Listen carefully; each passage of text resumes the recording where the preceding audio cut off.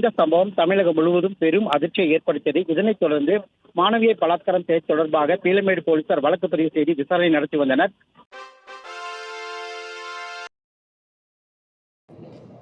அனைவருக்கும் வணக்கம். விழித்தமிழா சேனலை சப்ஸ்கிரைப் செய்து ஆதரவு அளியுங்கள். இந்த ஒரு வார காலமாக தொடர்ந்து மிக மோசமான குற்ற பின்னணிகள், கொலைகள், கொள்ளைகள், அத்துமீறல்கள்லாம் தொடர்ந்து மிக மோசமான சம்பவங்கள் நடந்து கொண்டிருக்கிறது.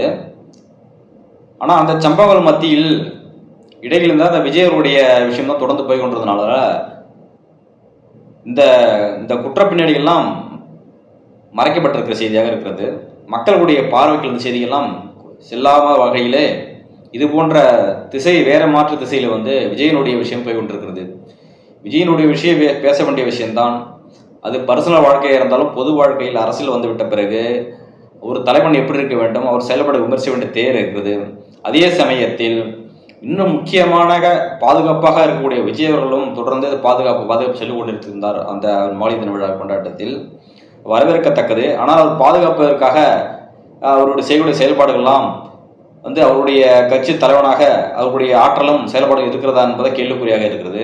அந்த விமர்சனங்கள் மத்தியில் மக்கள் எந்த அளவுக்கு ஒரு நாட்டில் ஒரு நிம்மதியாக இருக்க முடியாத சூழ்நிலையில எங்கேயும் சுதந்திரமாக செல்லக்கூடாத தினதினம் அச்சுறுத்து பயந்து கொண்டிருக்கிறார்கள் பொதுமக்களாகிய. மட்டுமல்லாமல் பெண்கள் மிகுந்த பயத்தத்தில் இருக்கிறார்கள். கல்லூரிக்கு போனாலும் பிரச்சனை, வேலையை முடித்து வந்து வீட்டில் திரும்புவது இரவு நேரங்கள் வந்தாலும் பிரச்சனை. ஒரு சுதந்திர இந்தியாவில் பெண்களுக்கு சுதந்திரமாக பயந்து கொண்டே காலத்தள்ள வேண்டிய சூழ்நிலையில் இருக்கிற தனிமையிலே எங்கேயும் செல்ல முடியவில்லை. அந்த சூழ்நிலையில தான் மறுபடியும் நேற்று ஒரு சம்பவம் பார்த்தீங்கன்னா, விழுப்புரத்தில் அரங்கண்டல்லூர் ஒரு பகுதியில் குறும்படை இயக்குனர் கொலை செய்யப்பட்டு கடந்திருக்கிறாரு. அது 2 நாட்களுக்கு பிறகு தான் தெரிய வந்திருக்கிறது. அது சோதனை என்ன சோதனை அப்படிங்கிறத ஆய்வு செய்யும் போது தான் பார்த்தீங்கன்னாக்கா, அவர் குறும்படை இயக்குனர் அந்த குறும்படத்தில் இயக்கி அந்த துணை நடிகை என்ன பண்ணிருக்காங்க, அவங்க என்ன பண்ணிருக்காங்க, அவங்க திருமணத்துக்கு வற்புறுத்தியதாக திருமணத்துக்கு மறுத்ததாக கொலை செய்யப்பட்டு கொல்லப்பட்டிருக்கிறார். அது விசாரணைக்கு பேர் கண்டெடுக்கப்பட்ட பிறகுதான் 9 பேரும் சேர்ந்து கொல்லப்பட்டிருக்காங்க. அதில் 2 சிறுவர்கள் 9 பேர் 2 சிறுவர் சேர்ந்து அந்த குறும்படை கொலை செய்ததாக தெரிய வந்திருக்குள்ளது. இப்போ நாட்டில் என்னதான் நடக்குது என்று புரியவில்லை. இந்த திமுக ஆட்சியில கொள்ளைக்கு பஞ்சமே இல்லை, ரவுடிசத்துக்கு பஞ்சமே இல்லை. அதுக்கு தான் அவங்களோட திமுக மிக மோசமான சட்ட ஒழுங்கு சீர்கூடு எடுத்துக்காட்டாக இருக்கிறது. அது தினம் மக்கள் பார்த்து கொண்டிருக்கிறார்கள். அந்த சூழ்நிலை தான் இப்படி தொடர்ச்சியாக நாங்குநேரி பிரச்சனை, இப்படி ஒவ்வொரு ஊர்லையும் தொடர்ச்சியாக நாங்குநேரி மானாமதுரையில் பார்த்தீங்கன்னாக்கா, அங்கே 2 பேரை வெட்டி தப்பிச்சு ஓட்டான்னு இது ஒரு காணொலியும் பதிவிட்டு இருந்தோம். அதேமாதிரி குமாரம்பாளையத்தில் 70 சிறுமி, ஊத்தங்கரையில் 60 பாட்டி, இது போன்ற வன்முறைகள், கொடூர பாலியல் வகைகளும் அத்துமீறி போய் கொண்டிருக்கிறது. இதுக்கெல்லாம் முக்கிய காரணமாக இருக்குது என்னன்னா, போதை கலாச்சாரம் தான் இது ஊக்குவிக்கிறது. போதை கலாச்சாரம் தான் அவனை இது போன்ற குற்ற செயல்களை தூண்டு வைக்கிறது என்பது நம்ம எல்லாரும் தெரியும். ஆனால் இந்த ஏராளமான டாஸ்மாக் கடை திறந்து விட்டுப்பார்கள் போதைப் பொருள் இன்னும் மேலே ஊக்கப்படுத்த டாஸ்மாக் வியாபாரம் பெருக்கலன்னா அதுக்கு எதுக்கு சட்ட ஒழுங்கு ஒரு குழு அமைத்து ஏன் வியாபாரம் பெருக்க உற்பத்தி பெருக்கிறதுக்கு அது ஒரு திட்டம் போட்டு தமிழக அரசு போட்டு கொண்டிருக்கிறது. போதைப் பொருள் மட்டுமில்லாக அவனை ஒழிச்சா சொல்றாங்க. போதை கலாச்சாரம் அதிகமாக இருக்கிறது, எங்க பார்த்தாலும் போதை விற்பனை இருக்கிறது. அதுதான் அதீதமாக இந்த குற்ற பின்னணிக்கு முக்கிய காரணமாக இருக்கின்றது. அவ்வளவு துணிச்சலாக யாரும் செய்ய மாட்டான். ஏற்கனவே கொலை குற்றங்கள் இருக்குது, அந்த அளவுக்கு அதிகமா இல்லை. இருந்தாலும் இப்ப திமுக ஆட்சியில் பார்த்தீங்கன்னா தொடர்ச்சி தினம் கொள்ளை இப்படிதான் அதிகம். பாலியல் பெண்கள் துன்புறுத்தல் இந்த செய்தியாக தான் கொண்டிருக்கிறது. அதுதான் இது அடிப்படையாக கொண்டுதான் விஜய் அவர்கள் பெண்களுக்கு நான் கட்சி வந்தா நான் பெண் பாதை கொடுப்பேன், பெண்கள் கொடுக்கணும், பெண்கள் அவருடைய செயல்கள் வாக்குறுதி கவர பார்க்கிறாரு. பெண்கள் முக்கியமாக பாதுகாப்பாக ஒன்று இருக்கிறது. அந்த அடிப்படையில் பார்த்தீங்கன்னாக்கா, கடந்த 2025 நவம்பர் 2 கோவை விமான நிலைய பின்பக்கம் ஒரு பெண் கூட்டு பாலியல் உள்ளப்பட்டு அந்த காதலனும் அடித்து போட்டு தான் அந்த கூட்டு பாலியல் தூக்கிட்டு போயிட்டு அந்த ரேப்பன் கேஸ் பண்ணு கடைசியில் இரவு நேரம் என்பதில் அங்கு சென்ற ஒருவர் அந்த பையன் அடிபட்டு கிடக்கும் போது தான் ஒரு அடங்கி மயங்கி கிடத்துல கொண்டு தான் 1 மணி நேரம் விழிப்புணர்வு ஏற்பட்ட பிறகுதான், கான்சியஸ் வந்த பிறகுதான், நினைவு வந்த பிறகுதான், அதுக்கு பிறகு நான் சொன்ன பிறகுதான் இந்த மாதிரி என் காலோட வந்தேன், 4 பேர் 3 பேர் அடிச்சு போட்டு தூக்கிட்டு போயிட்டாங்க சொல்லும்போது தான் அவங்க காலத்து 100 தொலைவு கொண்டு தனி குற்றப்படை காவல் 17 காவல் தனிப்படையில் அமைத்து ஈரோடு கோவை பீலமேடு காவல்துறை தலைமையில குற்றப்படை அடிக்கிறாங்க. 20 3 பேர் சுட்டு பிடிக்கிறாங்க. அந்த தகவல்கள் எல்லாம் கடந்த 5 மாதங்கள் முன்னாடி செய்தி நடந்தது. அதன் பிறகுதான் இந்த வழக்கு போய் கொண்டிருந்த நிலையில் போலீசார் விசாரணை கொடுத்து மக்கள் 7 சாட்சிகள் விசாரணைக்கு பிறகு இந்த நேற்று திருப்பி வந்துக்கிறது. இதன் முழு விவரம் நம்ம என்ன சம்பவம் நடந்தது அப்படிங்கிறத நம்ம தெளிவாக நம்ம ஒரு படிக்கும் போது நமக்கு ஒரு சம்பவங்கள் விளங்க வருது. அந்த குற்றவாளிகளுக்கு 30 வயது 20 வயசு 21 வயசு தான் குற்றவாளிகள். சின்ன ஒருத்தவங்க 32 குற்றவாளிகள். இந்த குற்றவாளிகளுக்கு 1000 தண்டனையை கோவை வைக்கலாம் என்றும் உத்தரவிட்டிருக்கிறது. வாழ்நாள் சிறைக்கு அனுப்பிக்க வேண்டும் என்று உத்தரவிட்டிருக்கிறது. அந்த சூழ்நிலை இந்த சம்பவம் எப்படி நடந்தது என்பதுதான் ஒரு தெளிவா நம்ம இந்த கலந்து கொடுக்க போறோம். கல்லூரி மாணவி கூலியல் பாட்டு கொலை. கோவை விமான நிலையத்தின் பின்புறம் ஆண் நண்பருடன் பேசிக் கொண்டிருந்த மாணவி பாலியல் வன்கொடுமை. 3 இளைஞர்கள் சேர்ந்து ஆண் நண்பரை தாக்கிவிட்டு வன்கொடுமை செய்த போர் எழுப்பப்பட்டது. பாதிக்கப்பட்ட மாணவியை மீட்டு மருத்துவமனை அனுப்பித்தனர். தப்போடைய 3 பேரை பிடிக்க தனிப்படைகள் அமைத்திருக்கிறது காவல்துறை. அது தரப்புதுன்னா போலீஸ் தரப்பு என்ன சொல்லிக்கிறாங்க, கோவை கூட்டு பாலியல் வன்கொடுமை அந்த 3 பேரை காவல்துறை திடுக்கிட தகவல் ஒன்று கொடுத்துக்கிறார். அவர் என்ன தகவல் கொடுத்திருக்கிறாருன்னா, பிடிப்பட்ட குற்றவாளிகள் குறித்து விசாரணை மேற்கொண்ட போது 3 சிவகங்கை மாவட்ட சேர்ந்த குணா என்கிற தவசி வயது 20, சதீஷ் என்கிற கருப்புசாமி 30 வயது, கார்த்திக் என்கிற காளீஸ்வரன் 21 வயது என்று தெரிய வந்துள்ளது. மேலும் இவர்கள் 3 பேரும் மீதும் கொலை குற்றப்பணி திருட்டு வழக்குகள் என்பது தெரிய வந்துள்ளது. இந்த சம்பவத்தில் நடந்தது என்ன அப்படிங்கிறது இந்த காவல்துறை ஆணையர்கள் இது குறித்து சொல்லிக்கிறாங்க. சரவண சுந்தர் அவர்கள் செய்தியாளர் என்ன கூறியிருக்காங்க பார்த்தீங்கன்னாக்கா, அவர் கூறுகையில், கோவை மாவட்டம் இருக்கூர் பகுதியில் வசித்து வருபவர்கள் இவர் தான் இவ்வழக்கில் குற்றச்சாட்டப்பட்டவர்களை காவல்துறையினால் சுட்டு பிடிக்கப்பட்டுள்ளனர். அதில் 2 உடன் பிறந்த சகோதரர்கள் எனவும் 3ஆம் அளவர் அவர்களின் உறவினர் என்பதும் தெரிய வந்துள்ளது. எப்படி அவர் சொல்ல பாருங்க. இந்த குற்றப்பில் ஈடுபட காரணம் அவருடைய சகோதரர்கள் 2 தொடர்புடையவராக இருக்கிறார்கள். 3வது உறவினர் ஒருவரும் சேர்ந்துதான் இந்த திட்டத்தில் ஈடுபட்டிருக்கிறார்கள். 2 உறவினர் என்பதை அழைத்து கொண்டு சென்று இந்த உறவினரையும் இந்த 2 சேர்ந்து அதோட கிணத்து பகுதி சென்று உள்ளனர். கிணத்துக்கோடு பகுதிக்கு சென்றுள்ளனர். அங்கு 3 சேர்ந்து சாவியோடு நிறுத்தி கொண்டிருந்த 2 சக்கரமான வாகனத்தை திருடி சொல்லிட்டு சென்றுள்ளனர். பின்னர் 3 சேர்ந்து மதிய அருந்துவிட்டு விமான நிலைய அருகே உள்ள படத்திற்கு சென்றுள்ளனர். இவர்கள் அங்கே காரை எடுத்து கொடுத்தோண்டு வண்டி நின்று சாவி இல்லாம சாவி எடுக்க மாதிரி மறந்துட்டாங்க. அவருக்கு அந்த சாவி எடுத்துக்கிட்டு மதுவை குடிச்சு போதை கடிச்சு விமானத்தில் பின்பலத்துக்கு சென்றிருக்கிறான காவல் தரப்பில் கூறி சொன்னது. அங்கு பாதிக்கப்பட்ட மாணவி அவர் 4 பேசிக் கொண்டிருந்த கண்டது அவர்கள் சென்றுள்ளனர். பேசுவதை பார்த்து அவர்கள் சென்றுள்ளனர். மாணவி அவர் நண்பர் இவர்களை கண்டு அச்சமடைந்து காரில் ஏறி தப்பிக்க முற்பட்டுள்ளனர். ஆனாலும் காரை வழிமறித்து தங்களிடம் இந்த அருவாள் மற்றும் ஆயுதங்களால் கண்ணாடியை உடைத்து உதவி சேதப்படுத்தினர். பின்பு மாணவரின் நண்பரை அறிவால் விட்டு தாக்கிவிட்டு மாணவியை கடத்தி சென்று பாலியல் வன்கொடுமை செய்து கொண்டது. அங்கே தப்பி சென்று கிணத்துக்கோடு பகுதியில் பதுங்கியுள்ளனர். 2 என்ன பண்றாங்கன்னா, அந்த காதலனை அடிச்சு போட்டு அறுவலை வெட்டி போட்டுட்டு அந்த மாணவியை கடத்தி கொண்டு கிணத்தை போட்டு சென்றுள்ளனர். இந்த பிறகு என்ன பண்ண கடத்தி சென்று விட்டனர்.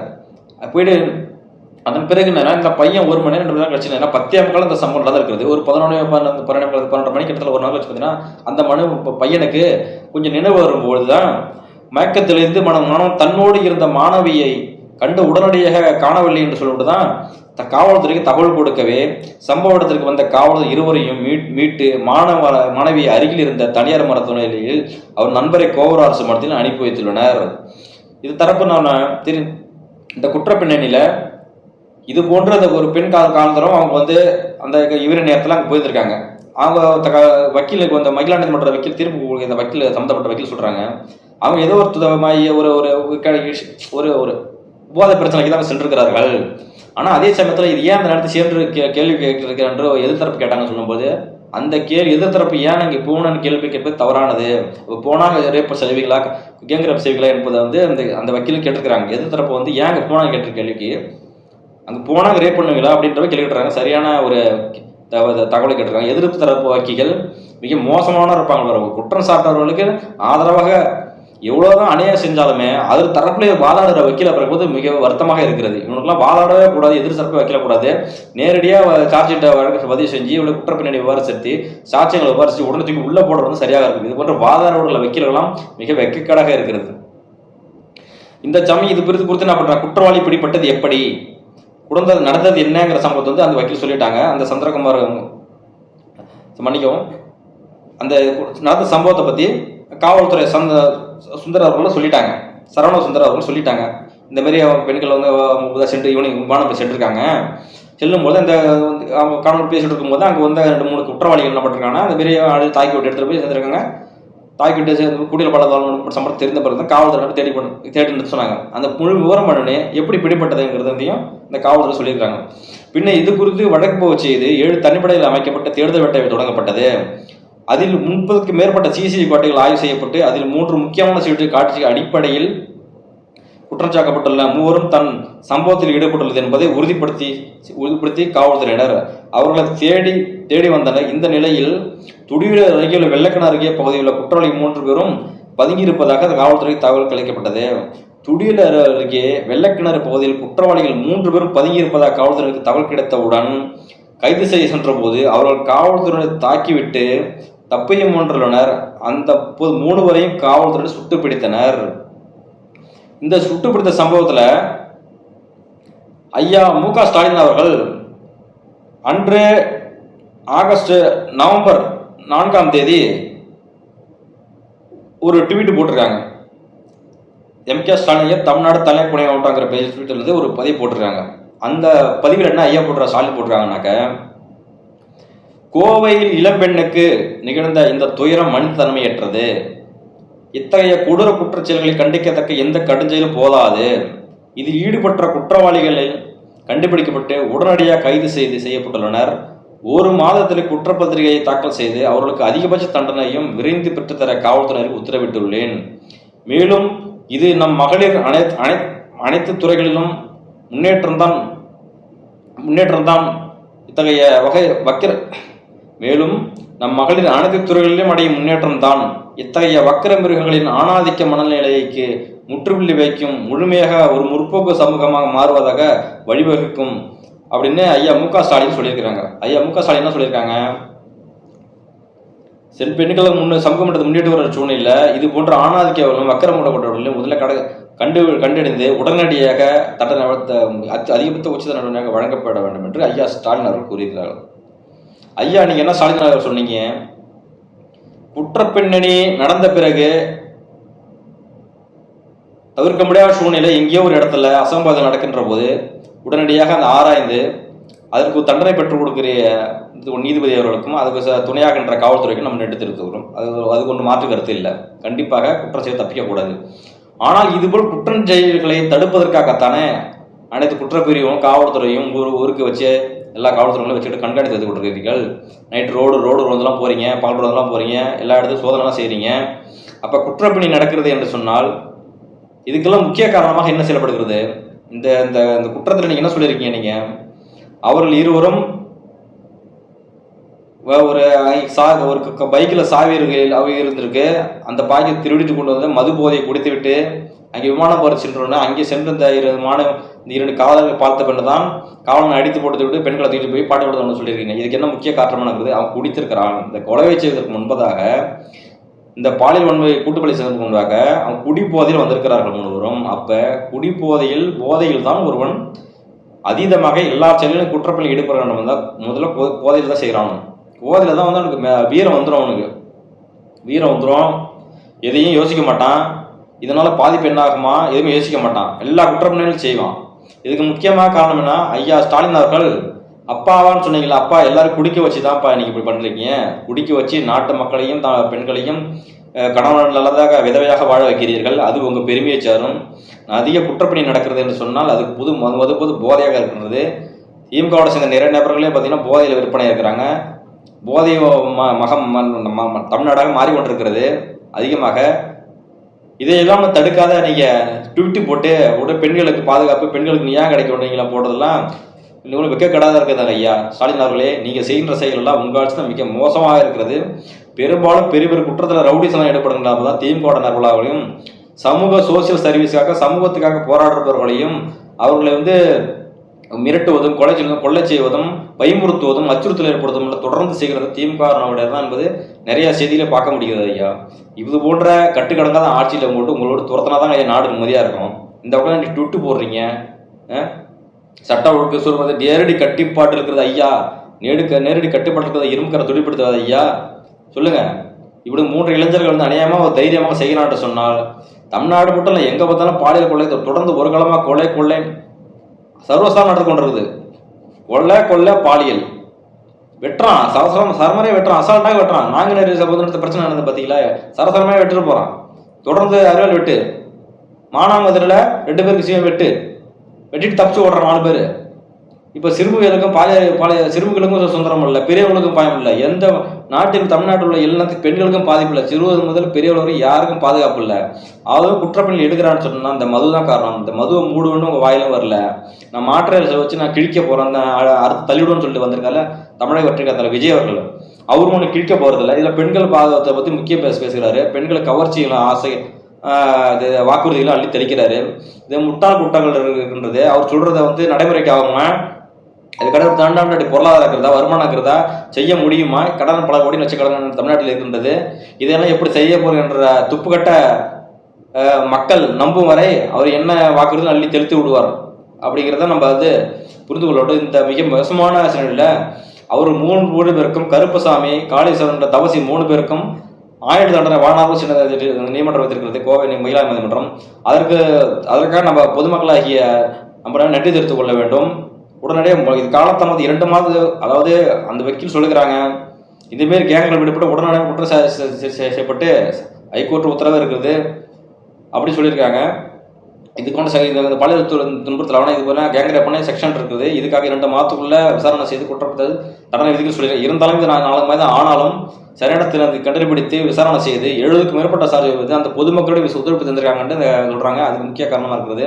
எல்லா வகையிலும் அதுக்கு சிறப்பாக பணியாற்றிய காவல்துறைக்கும் சோதனை அதிகாரிகளுக்கும் குற்றப்பணிகிற நீதிபதியாருக்கும் சரியான தண்டனை கொடுத்து இவர்கள் இதுபோன்ற குற்ற செயல்களுக்கும் நீதியாக ஒன்று நீதியை வழங்கிய அந்த பெண்ணுக்கும் அந்த பையனுக்கும் நஷ்டஈடு வழங்கியிருக்கிறார்கள். இது ஒரு பாதிக்கப்பட்ட பெண்ணாக இருக்கிற அந்த பெண்ணுக்கும் 7 லட்சம் நிவாரணமும், அந்த தாக்கப்பட்டு அடிக்காடப்பட்ட அந்த காலனி 2 லட்சமும் இந்த நீதிமன்றம் வழங்கியிருக்கிறது. பாதிக்கப்பட்ட சூழ்நிலையில் இது போன்ற குற்றத்து பின்னணி வராமல் இருக்கிறவருக்கு தமிழ்நாடு அரசு முன்னெடுக்க வேண்டும். இது போன்ற அநியாயமாக இருக்கிறது. இந்த ஆட்சியில் வந்து மிக பயங்கரமாக இருக்குது. இந்த ஆட்சி மறுபடியும் தொடர்ந்தால் என்னாகுமோ அப்படின்ற ஏற்கனவே கூப்பிட 10 வருஷம் கடந்து இந்த ஆட்சியில் வந்தாக்க 10 வருஷம் கொள்ளையிலும் சரி, ஊழலும் சரி, சட்ட ஒழுங்கு சீர்கேடாக சரி எல்லாருக்கும் தெரிந்த விஷயம். மறுபடியும் இந்த அடுத்த 5 வருடம் தொடர்ந்து சொன்னால் இந்த நாட்டை யாராலும் காப்பாற்றவும் முடியாது. பெண்களுக்கும் பாதுகாப்படுது, யாருக்கும் பாதுகாப்பு இருக்க முடியாது. குடும்ப பெண்களை வாழ முடியாது, யாரும் வாழ முடியாது. அதாவது விலைவாசி உச்சம் ஏறிக்கொண்டு போய்கின்றது. அதுக்கான வேலைவாய்ப்பு இல்லை, அடிப்படை வசதிகள் தேவையில்லை. எல்லாத்துலேயும் ஊழல் லஞ்சம் தலைவிரித்து ஆடுகிறது. அதனால இந்த ஆட்சியை விட்டு துரத்துனதான் மக்களுக்கு நிம்மதியாக இருக்கும். அதுக்கு நல்ல ஒரு ஆட்சி தேர்ந்தெடுக்குங்கள். மக்கள் விழிப்புணர்வு இருக்க வேண்டும். இந்த விஜய் போன்ற தகவல்களை நம்பாதீர்கள். அது வெற்று வாக்கில்ன்றது நம்பாதீர்கள். அது வந்து ஆசை தூண்டுகிற பேச்சு. அது நம்ம இன்னைக்கெல்லாம் அறிவற்ற மக்களாக இருக்கிறீர்கள். சிந்திங்கள் செய்து தேர்தல் காட்டுதான் அள்ளி தெளிச்சால் அது நிறைவேற்ற முடியுமா அப்படின்னு யோசித்துக் கொள்ளுங்கள். அதே மாதிரி திமுக கொடுக்குற வாக்குறுதிகளும் தேர்தல் கட்டத்தில் வாக்குறுதிகளும் நம்பி வீணா போவாதீர்கள். கொடுக்குற 1000 காசு இலவசம், இதை தள்ளுபடி பண்ண அதில் என்ற வெற்றி பேச்செல்லாம் விடுவார்கள். அதையும் நம்ம அதே சமயத்தில் இந்த தீர்ப்பில் வந்து கோவை கூட்டுப்பாலியல் நடந்த விவகாரத்தில் வந்து அந்த நேரத்தில் இந்த மகளிர் தின நேரத்தில் இது சிறப்பான ஒரு தீர்ப்பாக எடுத்திருக்குதுன்னு சொல்கிறாங்க. இதையும் திட்டமிட்டவர்கள் இந்த மகளிர் உமன்ஸ் டே கொண்டாடப்படுறாங்க. இந்த மகிழ்ச்சி கொண்டாடப்படுற அளவுக்கு மகளுக்கு வந்து சுதந்திரமாக இருக்குதான்னு தெரியவில்லை, மகளுக்கு பாதுகாப்புறதான் இல்லை. அப்படி என்ன பெண்களுக்கு எல்லாம் நடந்து விட்டது, சந்தோஷப்படுறது ஒன்றுமே இல்லை. இது போன்று தொடர்ந்து வன்முறைகள் தான் நடந்து கொண்டிருக்கிறது. இதில் பெருமகிழ்ச்சியாக சொல்கிறார்கள். ஒரு பெருமகிழ்ச்சின்னா இவ்வளோ நாள் இல்லாமல் இந்த நேரத்தில் சொல்ல வேண்டிய விஷயம் என்ன சொல்லி பார்த்தீங்கன்னாக்கா, இந்த நேரத்தில் ஒரு தீர்ப்பு கொடுத்து தமிழகத்தில் ஐயா ஸ்டாலின் சட்டம் சிறப்பாக இருக்கிறது, பாதிக்கப்பட்ட நீதி வாங்கி கொடுத்து விட்டோம் அப்படின்னு இப்போ பீலா விடுறதுக்கு தான் இந்த மாதிரி நடந்த உடனடியாக தீர்ப்பு வந்திருக்கிறார்கள். மக்கள் வந்து இந்த 5 ஆண்டு ஆட்சி திமுக ஆட்சியை விரட்டலாம் மட்டும்தான் தமிழகத்தில் விடியல் கிடைக்கும், மக்களுக்கு விடியல் கிடைக்கும். இந்த சூழ்நிலையில் அந்த பெண்ணுடைய காதலன் மட்டும் கூடுதலாக அழைக்கப்பட்ட அந்த பெண்ணை வந்து தன்னை திருமணம் செய்வதாக ஒப்புதல் எடுத்துறாரு. இதற்கு ஒரு மிகப்பெரிய ஆறுதலாக இருக்குது. சில சூழ்நிலையில் பார்த்தீங்கன்னாக்கா இந்த மாதிரி பெண்களை பாலியல் உட்பட்டாட்டு அந்த பெண்ணை தவறாக சித்தரிக்கப்படுவார்கள். அந்த பெண்ணு தவறான பெண்ணு, அதனால தான் அங்கே போயிருக்காங்க நேரத்தில், இந்த பையனை ஊர் சுற்றிருக்கா வேற அப்படி சொல்லுவாங்க. ஆனால் அவர்கள் வந்து 5 வருஷம் மேலே காதல் லவர்ஸ் தான் அவங்க. அதனால் காதல் கிருஷ்ணா இருக்குதுன்னு காவல்துறை சொல்லியிருக்காங்க. முதல்ல உண்மையான காதலர்கள் முதல்ல அந்த பையன் பாதிக்கப்பட்டதான் அந்த பெண்ணை வந்து சம்மதோட பெற்றோர் சம்மதம் ஏற்று அந்த பெண்ணை திருமணம் செய்ததாக சம்மதிக்கிறார்கள். அந்த பையனுக்கும் அந்த குடும்பத்தாருக்குமே நம்ம வந்து ஒரு ஒரு நன்மதிப்பை மதிக்க வேண்டிய சூழ்நிலை இருக்குது. ஏன்னா சில குடும்பங்கள் நம்ம பையன் தெரியாமல் காதலிச்சிட்டாங்கிறதா அந்த பெண்ணுக்கு இது பெரிய அசிங்கமாக இருக்கு, நல்லா கேள்வி செல்வார்களோ அக்கமாக சொல்வார்களோ இந்த பெண்ணு பலதெல்லாம் தொடர்பு இருக்கு அப்படின்ற ஒரு தவறத்தை சொல்லும்போது அதை சில பேர் மறுப்பார்கள். அந்த சூழ்நிலை உண்மை நிலவரம் அறிந்து அந்த பெற்றோர்களும் சரி அந்த காதலும் சரி சமூகம் ஏற்றுக்கொண்டு இருக்கிற பொழுது அந்த பெண்ணோட குடும்பத்தினரும் வரவேற்போம். அதே போன்று குற்றவாளிகளுக்கு தண்டனை வழங்கிய அனைத்து நபர்களுக்கும் நம்முடைய சேனல் சார்பாக நன்றியை தெரிவித்துக் கொள்வோம். பொதுமக்கள் அன்றைக்கி விழிப்புணர்வுகள் பெண்களும் சரி அனைவரும் வெளியே செல்லும்போது பாதுகாப்பு செல்லுங்கள் என்று கூறி நன்றி விடைபெறுகிறோம். நன்றி, வணக்கம்.